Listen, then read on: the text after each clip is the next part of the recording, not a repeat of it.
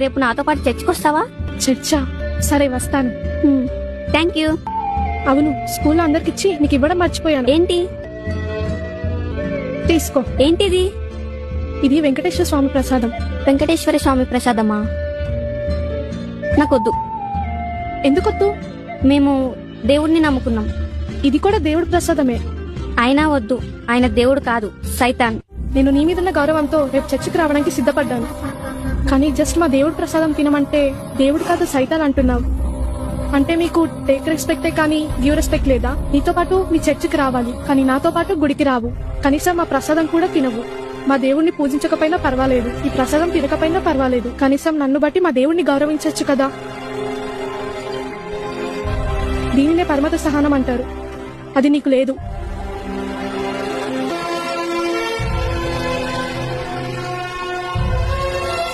ఓయ్,